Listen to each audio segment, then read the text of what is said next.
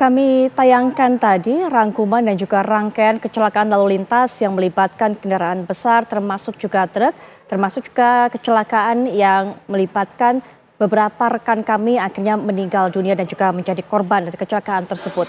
Yang kita tahu memang baru saja terjadi tepatnya kemarin petang.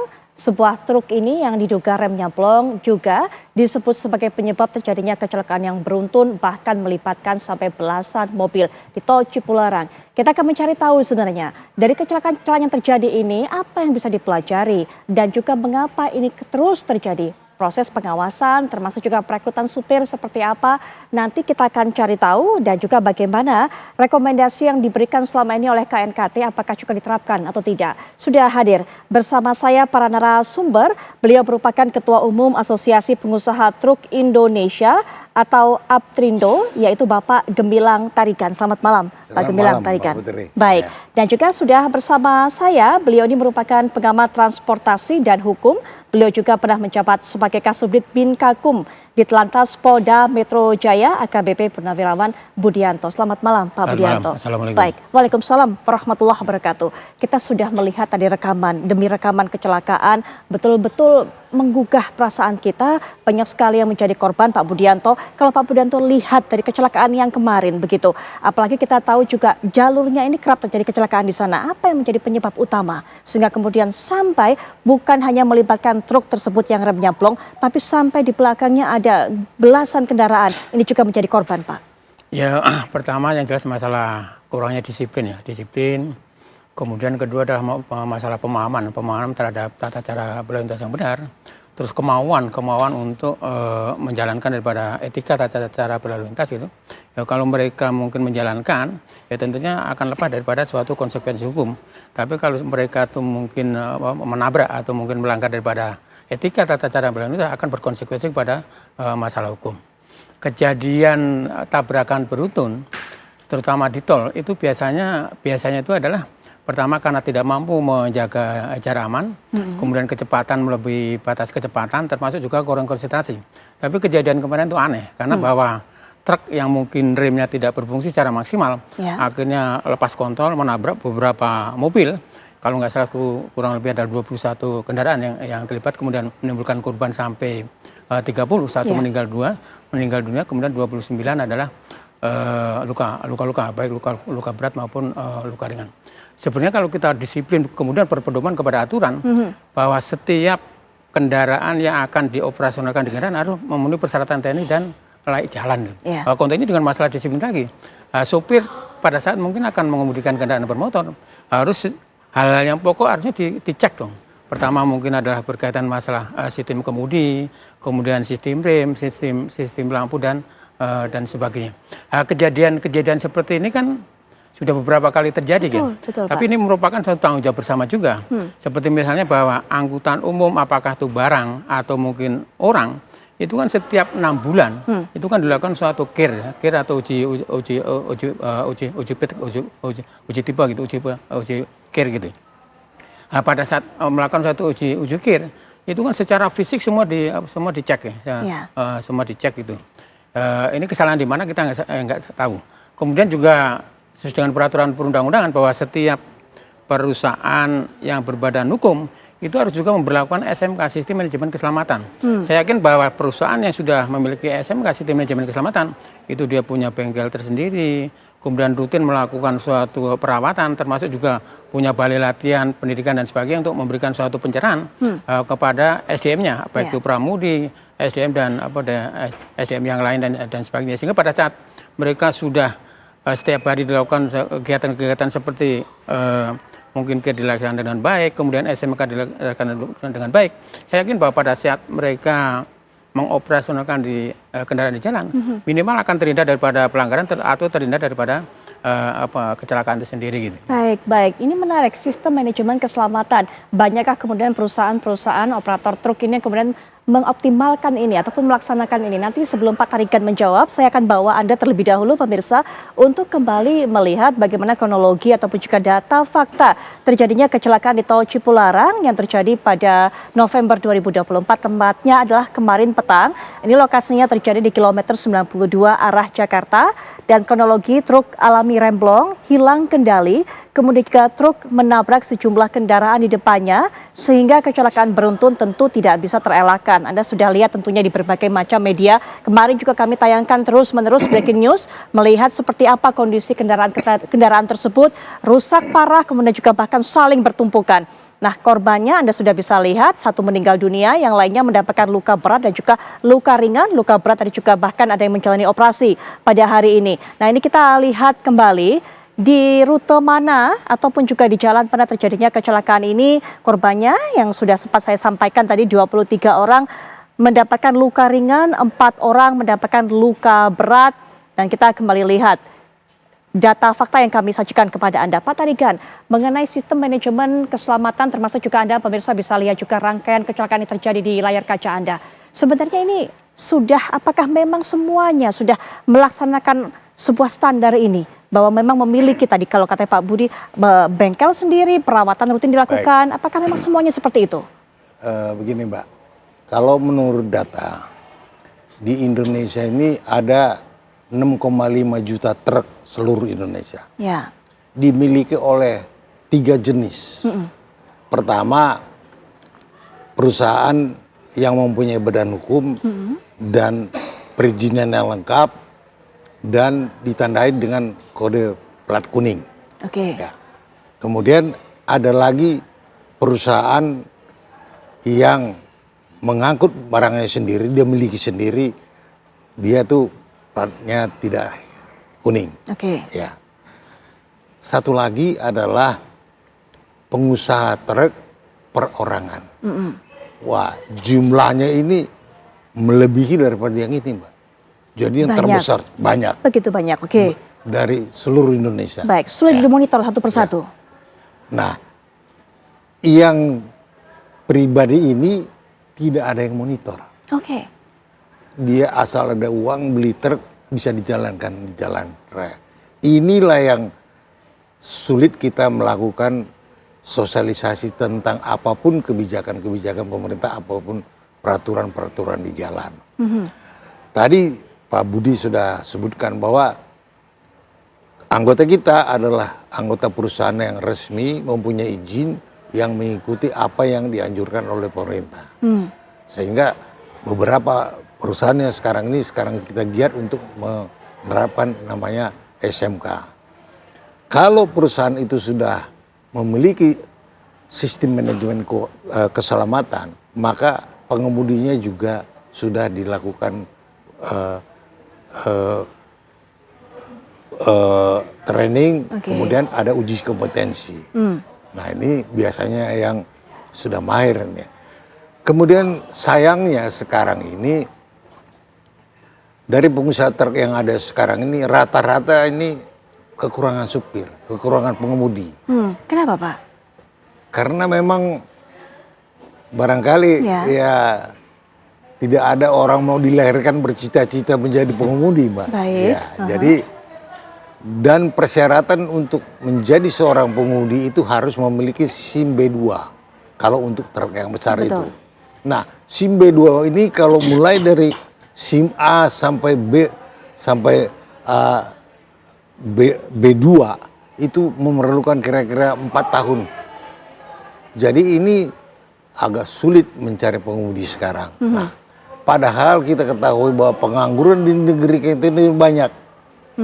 Pengemudi yang kita perlukan tidak ada. Nah, di sini perlu campur tangan pemerintah bagaimana mendorongnya agar lowongan kerja yang tersedia jadi pengemudi menjadi tulang punggung perekonomian kita untuk logistik ini dapat dipenuhi dengan baik dengan kompetensi yang cukup baik juga. Baik. Jangan terjadi seperti sekarang ini. Iya. Gitu, Mbak. Di kategori perusahaan susah menemukan pengemudi Betul. yang memenuhi kualifikasi, Ya. tapi untuk kategori yang 3 tadi, pemilik truk pribadi yang begitu banyak yang tidak bisa termonitor, apakah mereka gampang untuk mendapatkan pengemudi karena memang tidak harus mencari dengan syarat khusus, asal ambil atau bagaimana, Pak?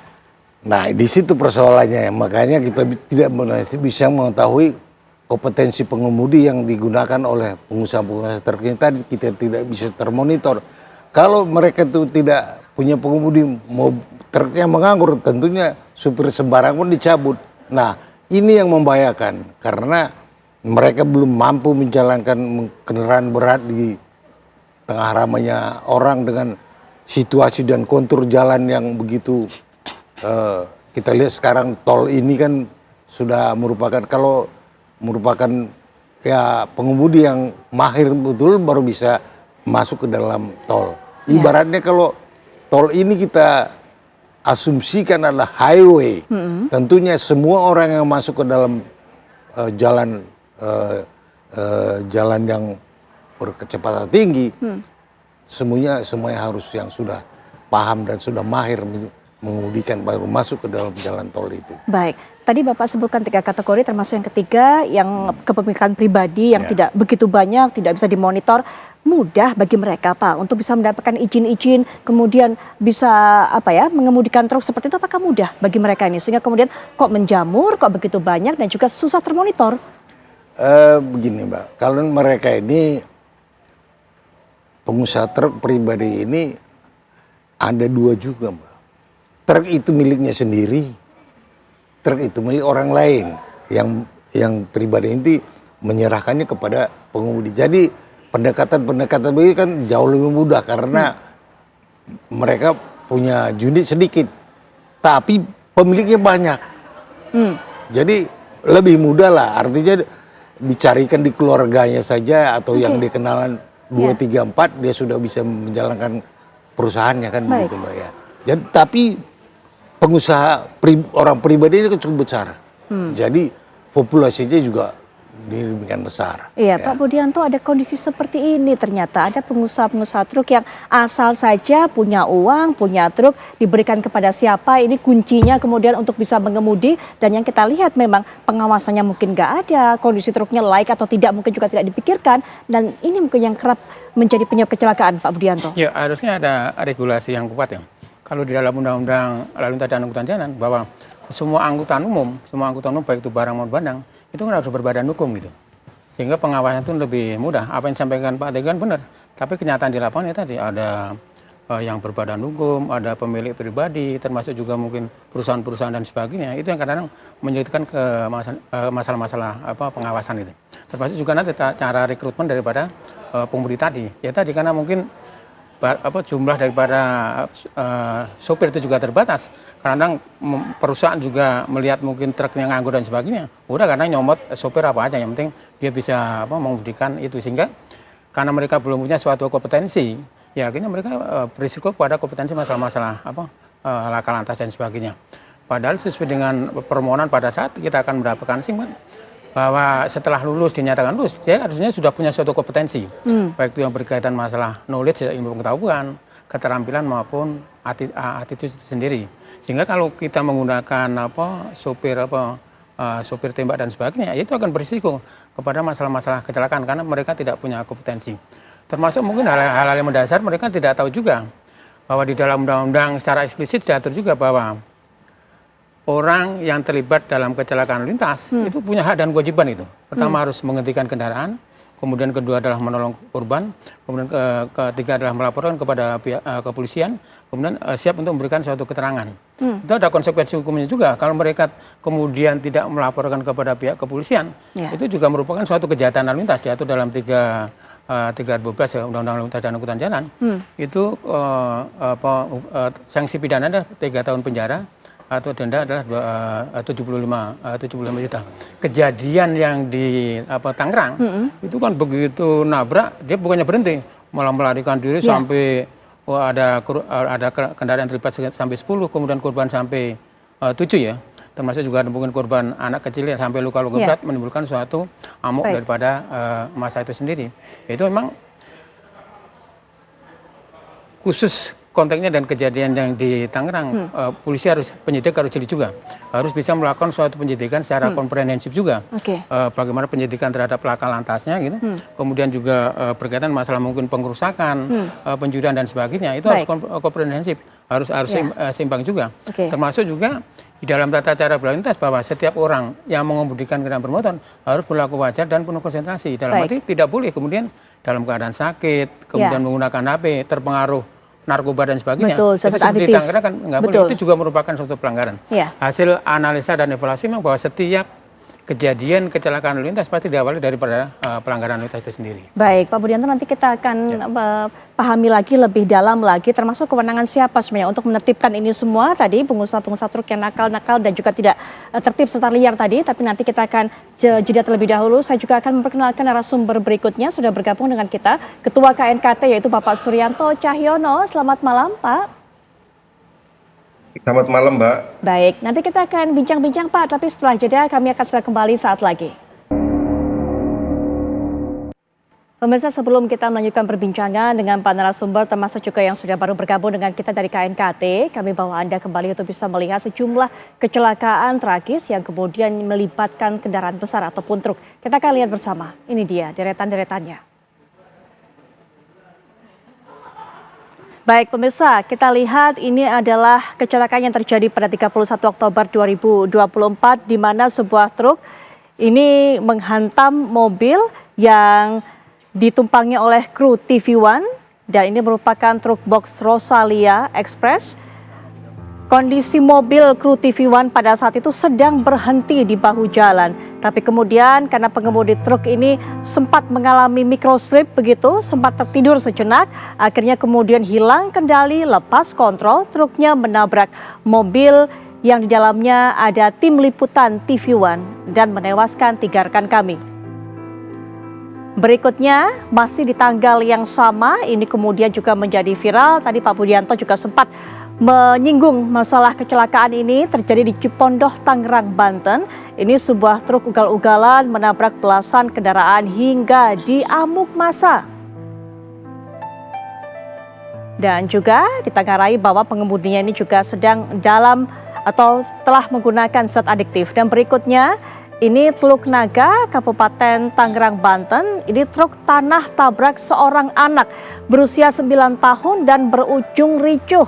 Jadi memang di daerah ini Teluk Naga, Kabupaten Tangerang, Banten sebenarnya sudah ada peraturan di jam-jam berapakah truk tanah ini kemudian bisa melintasi jalur tersebut. Karena memang jalan ini begitu ramai digunakan oleh warga sekitar, tapi ternyata masih banyak truk di sana yang kerap melanggar jam tersebut. Sehingga pada saat siang hari, pada saat pagi hari, saat banyak sekali warga yang beraktivitas, truk tersebut melintas sudah sering kali. Dan yang terakhir ada korbannya yaitu seorang bocah berusia 9 tahun terlindas kakinya. Nah ini yang terjadi kemarin pada tanggal 11 November petang di kilometer 92 Tol Cipularang, Purwakarta, Jabar, di mana truk muatan kardus diduga menjadi penyebab kecelakaan beruntun. Tadi para narasumber sudah memberikan pandangannya kepada kita apa yang kemungkinan menjadi penyebab terjadinya kecelakaan yang melibatkan truk. Bahkan juga tadi Pak Tarikan sudah membeberkan kepada kita bagaimana kondisi di lapangan perusahaan-perusahaan yang memiliki truk ini. Ada yang kemudian pribadi-pribadi dengan mudahnya mendapatkan truk, tidak dalam pengawasan dan juga susah untuk memonitornya karena begitu banyak. Kita juga sudah terhubung, tadi sudah sempat saya perkenalkan dengan Pak Suryanto Cahyono selaku Ketua KNKT yang juga mungkin bisa memberikan pandangannya Pak. Apa kemudian data didapatkan oleh KNKT dari kecelakaan yang terjadi kemarin petang ini Pak? Silakan Pak. Terima kasih Mbak. Saat ini tim KNKT sedang berada di lapangan, sedang mengumpulkan data-data lapangan serta melakukan interview dengan beberapa pihak terkait. Namun pada kesempatan ini kami juga ingin menjelaskan, mungkin pengemudi ini jangan selalu dijadikan objek ya. Kita juga harus fair melihat persoalan ini secara human factors-nya seperti apa. Seperti tadi dibilang pengemudi itu apakah sehat atau tidak. Nah sedangkan di jalan raya itu tidak ada aturan standar medical check up fisik dan mental untuk pengemudi. Tidak seperti di kereta api, tidak seperti di pelayaran, tidak di penerbangan, mereka semua punya standarnya.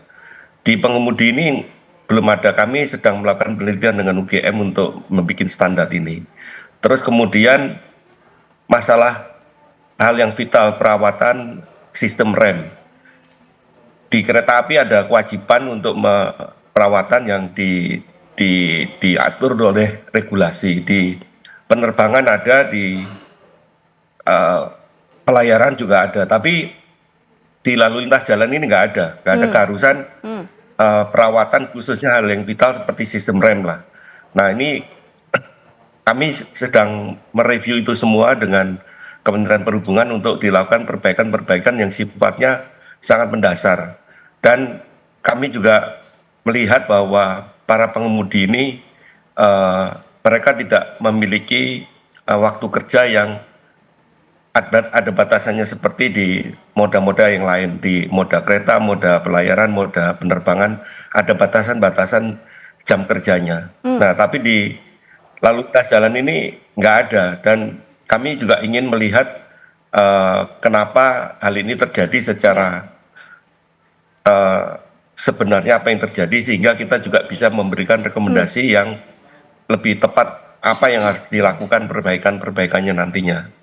Jadi kami saat ini kami juga akan meminta kepada rumah sakit di mana pengemudi itu ada untuk melakukan cek kesehatannya, cek medical check up-nya seperti apa hasilnya. Kami juga karena kalau seorang itu menderita diabetes atau kolesterol atau asam urat, maka itu akan mempengaruhi human performance-nya atau kemampuan mengemudinya. Baik. Nah ini yang kita akan lakukan secara menyeluruh, Mbak. Baik, Pak Tarigan, mungkin bisa dijelaskan kepada Pak Suryanto, tadi juga bisa menjadi masukan ini. Ternyata seperti itu Pak, di lapangan tidak ada batasan mengenai jam kerja, kemudian juga medical check up tidak menjadi prasyarat bagi para pengemudi sebelum mengemudikan truk. Nah, truk ini sebetulnya dikemudikan ada dua.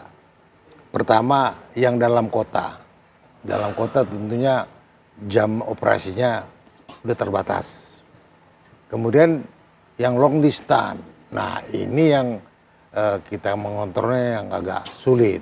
Karena truk ini kan jarak jauh, pengemudi cuma satu, bagaimana mereka harus beristirahat. Betul. Nah ini hanya kita monitor melalui GPS. Ini kita lakukan pengontrolan melalui GPS. Karena sekarang sudah banyak teknologi yang bisa mengantisipasi agar pengemudi itu tetap dalam keadaan tidak mengantuk, karena kita bisa monitor. Nah ini ada suatu sistem yang sudah kita terapkan. Banyak pengusaha yang long distance itu sudah menggunakan GPS sehingga bisa monitor ini. Dan perlu kita ketahui sebetulnya hanya 20% truk yang melalui tol. Yang 80%-nya masih menggunakan jalan lama yang disebut Pantura kalau untuk Jawa Tengah ini. Karena mereka kalau melalui Pantura bisa istirahat semau mereka. Tetapi kalau di jalan tol seperti tol Cipali, Mbak, itu kalau kita udah ngantuk mau kemana? Tolnya masih jauh, tol rest areanya. Nah ini jadi persoalan. Maka kemarin kita juga baru bincang-bincang, termasuk juga dengan Pak Suryanto, ini mengenai rest area untuk pengemudi truk ini perlu dipikirkan untuk dibicarakan dengan Jasa Marga. Karena kan sekarang ini kalau truk lama berhenti pun kan tidak boleh. Ada batasan kalau pada hari-hari tertentu ya. Maka tidurnya juga seadanya. Di rest area itu kan nggak ada tempat tidur. Mereka harus tidur dalam keadaan seadanya di atas kabin, kan begitu ya. Jadi ya kalau menurut pendapat kami ke depan ini perlu dipikirkan bagaimana menyediakan fasilitas rest area yang bisa digunakan oleh pengemudi untuk beristirahat, sehingga ya pengemudi jangan sampai mengendarakan kendaraannya dalam keadaan mengantuk. Gitu, baik, tapi untuk perusahaan-perusahaan Pak yang kemudian tidak mempedulikan masalah harus mengemudi setelah berapa jam, para pengemudi ini harus beristirahat, tidak mengontrol mengenai itu, apa yang menjadi pertimbangan mereka? Yang penting cepat nyampe saja. Apa Pak? Ini masalah keuntungan begitu ya Pak ya? Masalah bahan bakar yang juga tidak boros dan sebagainya, begitu? Namanya kalau sudah seperti itu kan selalu manajemennya diserahkan kepada pengemudi, Mbak. Jadi pengusahanya yang penting nyampe. Oke. Sekian hari, dia targetnya hari, tetapi juga tidak melihat memaksakan bisa supir pengemudi itu sekian lama tidak beristirahat dan tidak ada kontrol, diserahkan kepada pengemudi aja. Baik. Gitu itu yang kalau pengemudi dalam satu perusahaan menggunakan GPS itu sudah tentukan titik mana kamu harus berhenti, sudah ada suatu aturan gitu sehingga kecelakaan bisa dihindari. Tapi gitu. sayangnya tidak semua seperti itu, tidak memonitor dengan GPS. Nanti sebelum Pak Suryanto berikan pandangan, Pak Budianto juga, kalau dari Pak Suryanto katakan dari KNKT ternyata memang ada celahnya di regulasinya, Pak. Belum ada penyeragaman, belum ada batasan-batasan, termasuk tadi masalah jam kerja, masalah fisiknya seperti apa nih kondisi kemudian bisa diperbolehkan mengemudi truk. Pak Budianto. Ya, sebenarnya kalau dalam Undang-Undang Lalu Lintas dan Angkutan Jalan nomor 22 2009 kan waktu kerja itu yang idealnya kan 8 jam. 8 jam kemudian setiap 4 jam itu harus istirahat 30 menit dan sebagainya. Maksimal mungkin bisa sampai 10 jam dengan syarat mereka betul-betul kondisi daripada prima. Tapi kadang lagi kembali kepada masalah-masalah disiplin itu. Kadang supir tadi kan kadang mungkin mengejar target juga ya. Walaupun mungkin dia ada aturan bahwa setiap 4 jam dia harus istirahat apa dan sebagainya. Kadang mereka pun tidak menggunakan waktu itu dengan baik gitu. Kadang sehingga kadang mereka yang padahal di dalam undang-undang diatur bahwa setiap orang yang mengemudikan kendaraan bermotor harus dalam keadaan betul-betul kondisi prima kan. Kan sering terjadi mereka karena mungkin kurang istirahat terjadi microslip dan sebagainya, tidur sisa dan sebagainya, itu kan bisa berisiko kepada masalah-masalah kecelakaan. Ya semua kuncinya sebenarnya berkaitan masalah-masalah pengawasan ya. Saya kira kalau pengawasan bisa terpadu, terintegrasi dengan baik, ini merupakan suatu tanggung jawab bersama sopir, perusahaan, pemangku kepentingan yang bertanggung jawab di lalu lintas dan angkutan jalan. Saya kira bisa minimal bisa menghindari pelanggaran dan terhindar daripada masalah-masalah kecelakaan. Masalah pengawasan sangat penting di situ. Baik, Pak Suryanto tadi sudah mendengarkan apa sebenarnya kendala yang ditemui oleh para pengemudi truk, kemudian juga perusahaan truk. Tadi ada beberapa fasilitas yang memang diharapkan ini lebih banyak rest area, kemudian juga peraturan berapa jam, berapa lama sebuah truk ini bisa berhenti di rest area. Ini juga bisa menjadi hambatan, Pak. Ada lagi mungkin yang harus diatur secara seragam adalah bagaimana manajemen sebuah truk itu saat berangkat tidak diserahkan begitu saja pada pengemudi Pak, ataupun pada driver, Pak. Yang penting kemudian sampai target, berapa hari sudah sampai tujuan. Nah, hal-hal seperti itu, Pak, silakan. Iya, Mbak. Di sini memang kami melihat seperti di kereta api. Dia boleh mengemudi kereta api sehari 8 jam, jam kerjanya adalah 12 jam. Mana yang tercapai duluan dan 1 minggu ada batasannya, Mbak. Di 3 moda itu ada batasannya. Tapi di moda lalu lintas jalan ini memang boleh bekerja 8 jam plus lembur 4 jam dalam kondisi tertentu tapi nggak ada batasan seperti di penerbangan. Di kereta api tadi yang saya jelaskan jam kerjanya 12 jam tapi boleh mengemudi kereta api sehari hanya 8 jam dan seminggu ada batasannya maksimum berapa jam itu tidak boleh dilebihi. Nah ini yang juga menjadikan banyak kita dapatkan para driver ini mengidap beberapa penyakit yang tadi saya sebutkan sehingga dia mudah terserang microslip atau kelelahan ataupun reaksinya lambat. Juga mengalami masalah pendengaran. Hal ini juga akan sangat memengaruhi kepada kemampuan mengemudinya dia. Baik. Nah inilah yang kami saat ini juga sedang memperjuangkan untuk para driver ini bisa mendapatkan fasilitas medical check up secara gratis dengan fasilitas BPJS setiap tahunnya, sehingga kita tahu bahwa para driver kita itu memang layak secara kesehatan untuk mengemudi apa tidak. Ini yang kita harapkan pemerintah untuk mau memberikan fasilitas layanan medical check up untuk pengemudi. Baik. Pak, kecelakaan seperti ini kan bukan terjadi baru sekali ini saja, bukan di tahun ini saja, sudah berulang kali. Artinya juga sebenarnya sudah bisa dicari tahu, dideteksi apa yang menjadi akar masalahnya. KNKT juga saya yakin sudah berulang kali mengeluarkan rekomendasi. Tapi apakah kemudian Pak, rekomendasi-rekomendasi tersebut dianggap angin lalu saja Pak, sehingga kemudian tidak membuat regulasi ini diperbaiki regulasinya? Karena menurut saya tadi Pak Budianto juga sudah menegaskan regulasinya dan juga yang mengawasinya. Pak, silakan. Benar Mbak, kami juga sudah memberikan masukan bahwa kita itu banyak membuat regulasi tapi kita tidak mengontrol implementasinya. Jadi ini perlu pengawasan dan pengendalian untuk masalah regulasi ini sangat penting ketika kita mengimplementasikan dan ternyata regulasinya tidak efektif, ya kita harus cepat-cepat merubahnya. Nah, ini belum terjadi.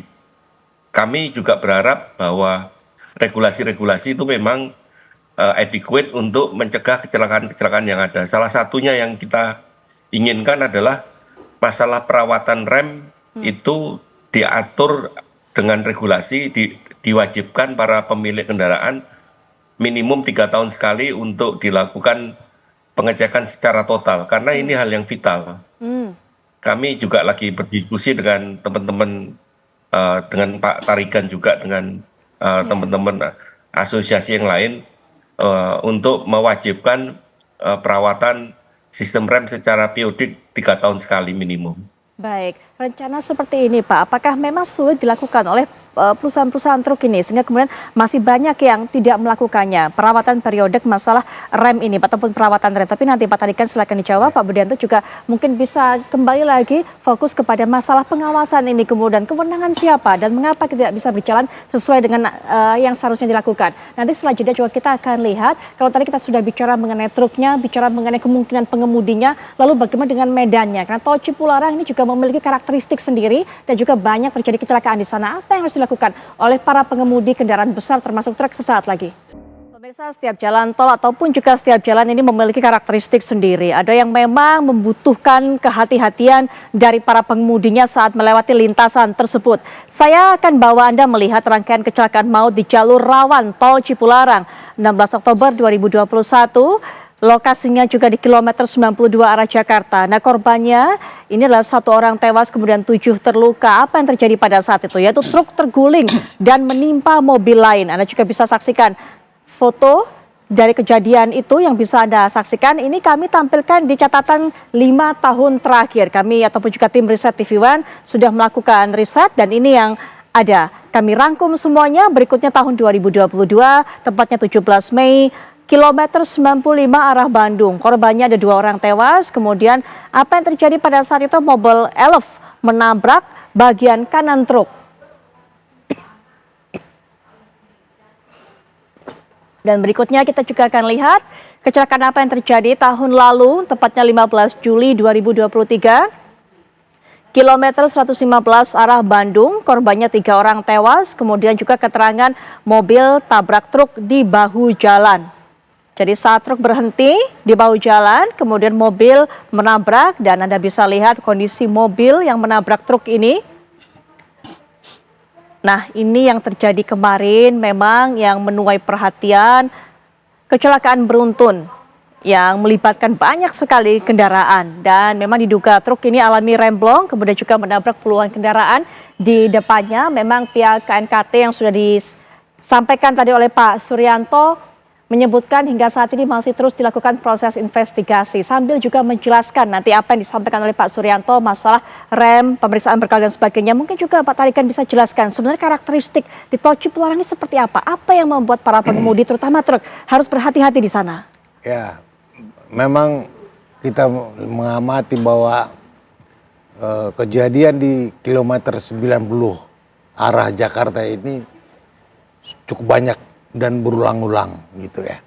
Bukan hanya terjadi dalam kendaraan truk aja, tapi kendaraan pribadi juga pernah terjadi. Jadi memang perlu dievaluasi kontur jalan yang ada di sana. Kemudian supaya diberikan rambu-rambu yang cukup besar lah. Sehingga setiap orang yang melewati jalan itu karena konturnya menurunnya panjang, kehati-hatian pengemudi di situ perlu menjadi suatu tanda atau atensi yang cukup besar bagi pengemudi supaya mereka berhati-hati. Ya. Yang sekarang rambu-rambunya tidak cukup banyak untuk membuat pengemudi waspada, Pak? Kalau saya lihat masih kurang, ya, masih kurang. Kemudian jalur penyelamat juga perlu ada di sana, kan memang sudah ada. Dibuat tanda yang lebih lebih jelas sehingga orang bisa memperkirakan dalam keadaan bahaya menggunakan jalur penyeberangan tersebut.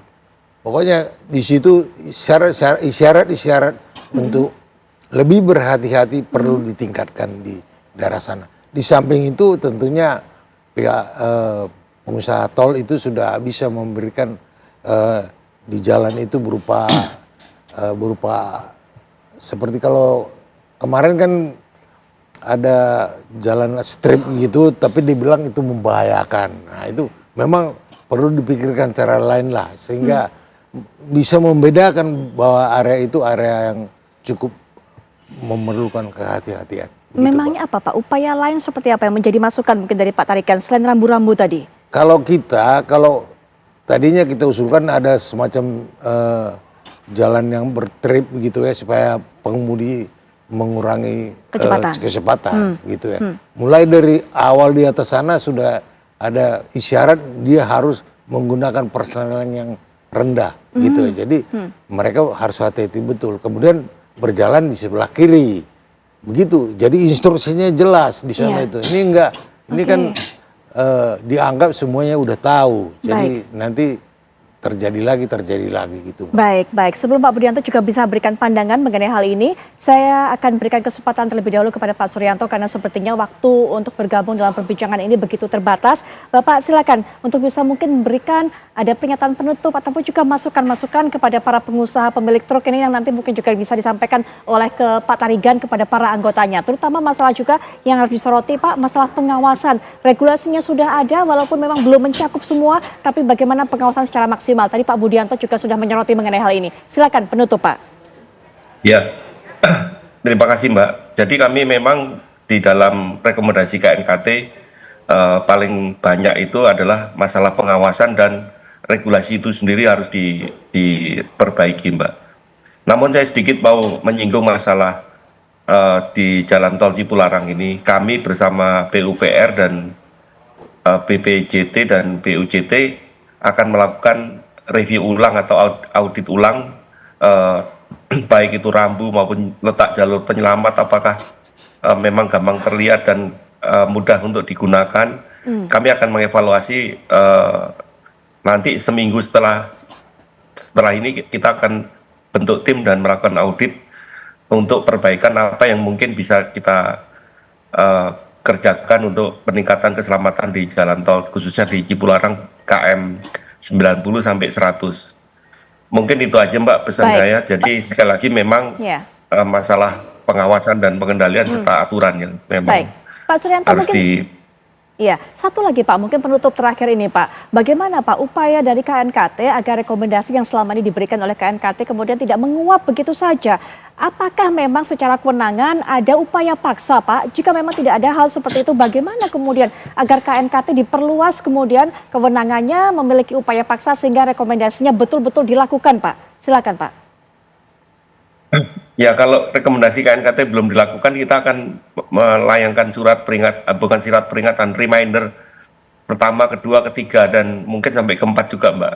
Kalau KNKT diberikan kewenangan untuk memaksa atau seperti diwajibkan nanti malah tujuan dari KNKT juga akan jadi bias. Jadi kita itu bukan untuk judicial investigation, kita no blame, no judicial, no liability. Jadi tidak diperuntukkan untuk ganti rugi atau untuk di pengadilan, Mbak.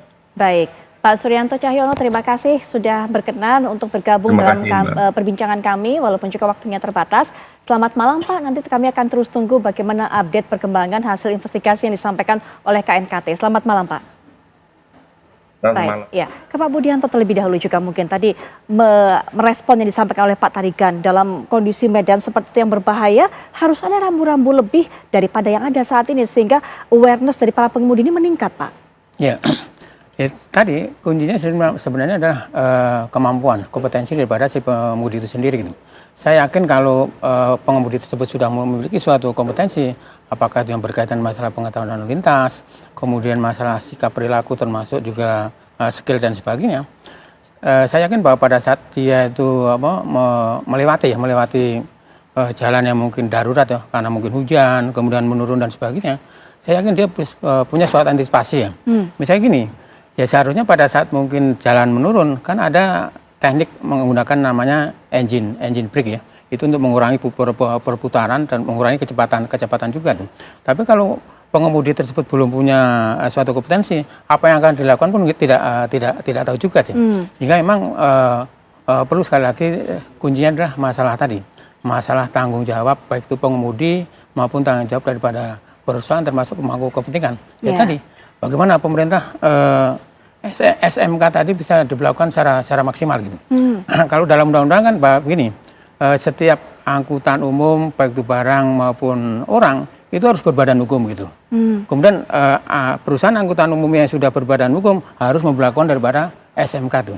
Saya yakin kalau masing-masing perusahaan sudah memberlakukan SMK, setiap hari mungkin kendaraan dilakukan suatu perawatan secara rutin, kemudian juga pendidikan pelatihan kepada para pramudi dan sebagainya, bagaimana antisipasi pada saat kita dihadapkan pada situasi darurat dan sebagainya, dia sudah tahu gitu. Ya tapi ya tadi, karena mungkin bahwa apa yang dianjurkan oleh regulasi undang-undang itu masih banyak yang belum berjalan dengan baik. Ya, nanti di segmen berikutnya Pak Budianto mungkin bisa jelaskan pengawasan yang ideal mengenai hal ini seperti apa, siapa saja yang seharusnya bisa ikut terlibat, bisa punya pengaruh, dan juga kewenangan KNKT seharusnya seperti apa. Nanti juga Pak Tarikan bentuk tanggung jawab dari pengemudi, pemilik perusahaan seperti apa, termasuk merespon masukan tadi dari KNKT untuk adanya proses pemeriksaan rem per 3 tahun sekali. Tapi nanti kita akan lanjutkan setelah jeda, kami segera kembali saat lagi. Sebelum jeda tadi Pak Budianto sudah menekankan pentingnya tanggung jawab dari pihak pengemudi ataupun juga pihak perusahaan pemilik truk. Nah, salah satu upaya untuk bisa menjaga tanggung jawab ini tentunya dari pihak pemilik truk untuk meyakinkan bahwa bagaimana kondisi truk mereka, apakah memang layak jalan. Ada upaya tadi disampaikan oleh pihak KNKT untuk bisa mengusulkan adanya pemeriksaan rem secara periodik 3 tahun sekali. Sebenarnya saat ini bagaimana Pak proses yang berjalan? Kalau di perusahaan umumnya ada kan maintenance yang secara reguler dilakukan oleh perusahaan. Di samping kita mempersiapkan dalam rangka uji reguler di PKB, pengujian kendaraan bermotor, ataupun yang biasa disebut dengan KIR. Itu KIR itu 6 bulan sekali tuh harus, Pak. Jadi secara 6 bulan sekali tuh KIR, kemudian secara reguler juga internal maintenance kita lakukan mengenai khusus untuk rem ini memang sangat penting sekali. Jadi kalau dia oke baru kita jalan, begitu sebetulnya. Tetapi setiap hari sebelum mobil itu dijalankan, supir itu pasti melapor kepada kita apa keluhannya. Kalau tidak ada keluhannya berarti kita tidak ada masalah baru jalan. Dan ada checklist. Ya itu secara internal kita lakukan. Kan pengusaha selalu pengen untung, Mbak. Tapi kalau dijalankan mobil nanti harus kembali atau harus ditarik atau bagaimana dijalankan dia rugi. Maka dia lebih baik meyakinkan kesehatan mobilnya dan kesehatan pengemudinya sebelum dijalankan keluar. Kalau kira-kira begitulah mekanisme internal di dalam perusahaan pengusahaan angkutan. Kalau perusahaan seperti ini mungkin sadar betul untuk menjaga kondisi kendaraan dan juga drivernya. Nah mungkin salah satu upaya mereka kemudian selalu memperbaharui kendaraan yang lama tidak layak jalan juga mungkin dilepas gitu. Tapi kemudian ternyata Pak, bahkan kendaraan-kendaraan yang mereka lepas ini ada yang menampung dan kemudian ada yang menjalankan ini semua Pak. Itu juga yang harus diawasi mungkin Pak. Nah inilah yang kita kita anjurkan kepada pemerintah supaya membuat satu regulasi terhadap kendaraan bekas ini agar tidak mengganggu. Ini kita sekarang ini seolah-olah pengusaha truk yang mau meremajakan kendaraannya, setelah diremajakan berarti dia menciptakan persaingan baru dengan orang-orang tertentu lagi. Jadi di lapangan itu jumlah truk ini jadi nggak terkontrol. Nah ini kita kemarin juga kita usulkan supaya pemerintah melakukan suatu aturan tentang permajaan. Jadi truk bekas itu udah dibuang aja, jangan lagi digunakan. Karena ini membuat di jalan tol itu truk yang udah tua membuat itu jalannya pelan, Mbak. Ya, tapi masih banyak yang menginginkan, Pak. Masih laku ini, Pak, truk bekas yang tua-tua ini. Justru ini yang menjadi masalah di kita. Bagaimana tertua yang harganya 50 juta bersaing yang dengan 1,5 miliar ongkosnya sama, Mbak. Itu bagi pengusaha kan jadi masalah ini.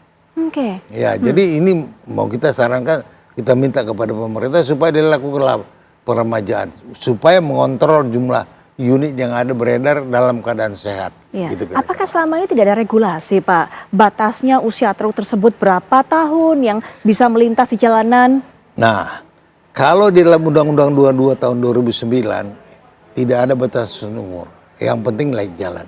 Tapi Menteri Perhubungan sudah membuat aturan mengenai SPM. SPM itu artinya syarat persyaratan pelayanan minimum. Pelayanan minimum usia truk 20 tahun maksimal.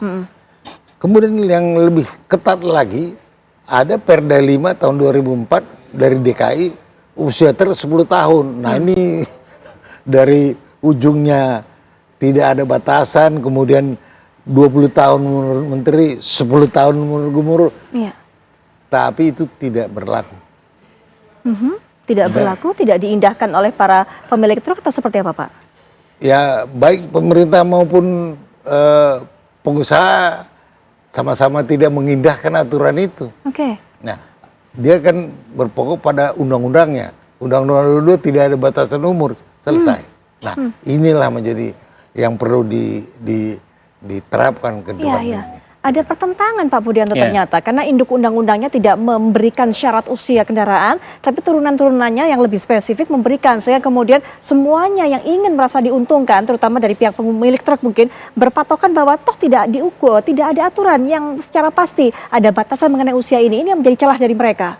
Ya sebenarnya kalau aturan sudah dibuat harusnya bisa dilakukan ya, seperti di DKI kan tadi ada Perda nomor 5 tahun 2014 tentang transportasi, terus juga ada SPM tadi, harusnya bisa dilakukan sepanjang itu sudah dalam bentuk regulasi, ya harusnya bisa dilakukan gitu. Kalau seandainya nanti ada mungkin kelompok masyarakat yang mungkin tidak setuju karena mungkin itu bertentangan dengan undang-undang yang diatasnya, kan bisa dilakukan suatu judicial review ke Mahkamah Agung dan sebagainya. Tapi yang jelas semua itu kuncinya adalah titik lemah ada pada pengawasan. Kemudian kalau kita berbicara masalah pengawasan di dalam undang-undang lalu lintas dan angkutan jalan itu sudah jelas juga diatur di pasal 106 ya, bahwa masing-masing punya suatu kewenangan. Misalnya polisi kewenangan untuk memeriksa SIM, STNK gitu. Kemudian perhubungan berkewenangan untuk masalah KIR, kemudian masalah cek fisik, termasuk juga masalah perizinan. Tapi kadang-kadang kita di lapangan juga dihadapkan kepada suatu pelanggaran yang beragam gitu, sehingga bisa dilakukan secara gabungan juga antara polisi dengan dinas perhubungan juga, bagaimana untuk melakukan suatu upaya-upaya pengawasan dari melalui kegiatan-kegiatan edukasi, kemudian kegiatan-kegiatan yang bersifat preventif, penempatan anggota di tempat-tempat yang rawan pelanggaran dan sebagainya. Kemudian ketiga juga bisa melakukan suatu masalah penegakan hukum, baik yang bersifat represif justice dengan tilang maupun yang bersifat non justice dengan teguran juga. Dan jangan lupa juga di dalam undang-undang lalu lintas dan angkutan jalan secara eksplisit masyarakat juga punya tanggung jawab juga untuk melakukan suatu pengawasan. Yaitu di dalam pasal 256 ya, masyarakat berhak untuk ikut serta dalam rangka penyelenggaraan masalah-masalah lalu lintas dan angkutan jalan baik secara pribadi, secara kelompok, badan hukum dan sebagainya, memberikan suatu masukan, kritikan apa dan sebagainya. Misalnya ada suatu pelanggaran kemudian diacukan oleh petugas, mereka bisa untuk memfoto kemudian membuat video, laporkan aja kepada polisi yang terdekat, karena bahwa kalau kita berkaitan masalah penegakan hukum terhadap pelanggaran lalu lintas, itu bisa pertama bisa karena tertangkap tangan, kemudian bisa juga karena laporan, atau mungkin tertangkap oleh kamera CCTV etle itu. Jadi masyarakat yang mungkin melihat pelanggaran bisa saja foto, videokan, laporkan kepada polisi. Itu bisa dilakukan suatu penegakan hukum dengan tilang. Jadi kuncinya yang jelas, kalau kita berbicara masalah regulasi, saya kira sudah cukup memadai ya.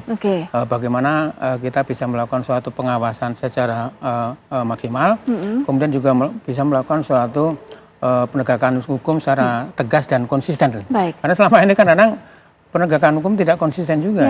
Kadang-kadang dilakukan suatu penegakan hukum nanti lemah lagi, sehingga mereka pun bisa membaca juga gitu. Ini sekarang lagi petugas lagi lemah dalam bidang pengawasan akan dan sebagainya. Mereka dianggap pelanggaran sudah dianggap biasa gitu. Baik, Pak Audianto terima kasih sudah memberikan pandangannya mengenai hal ini, Pak Tarigan juga. Semoga kita duduk bersama di sini, didengarkan oleh pemirsa, kemudian juga didengarkan oleh pihak yang berkepentingan, pemangku kebijakan, sehingga tadi regulasi jika memang ada yang harus diperbaiki, segera mendapatkan perbaikan. Dan yang penting adalah Pak Audianto katakan, semua itu tidak berarti jika tidak ada pengawasan yang cukup ketat untuk memastikan mereka melakukan regulasi dengan semestinya. Sekali lagi terima kasih para narasumber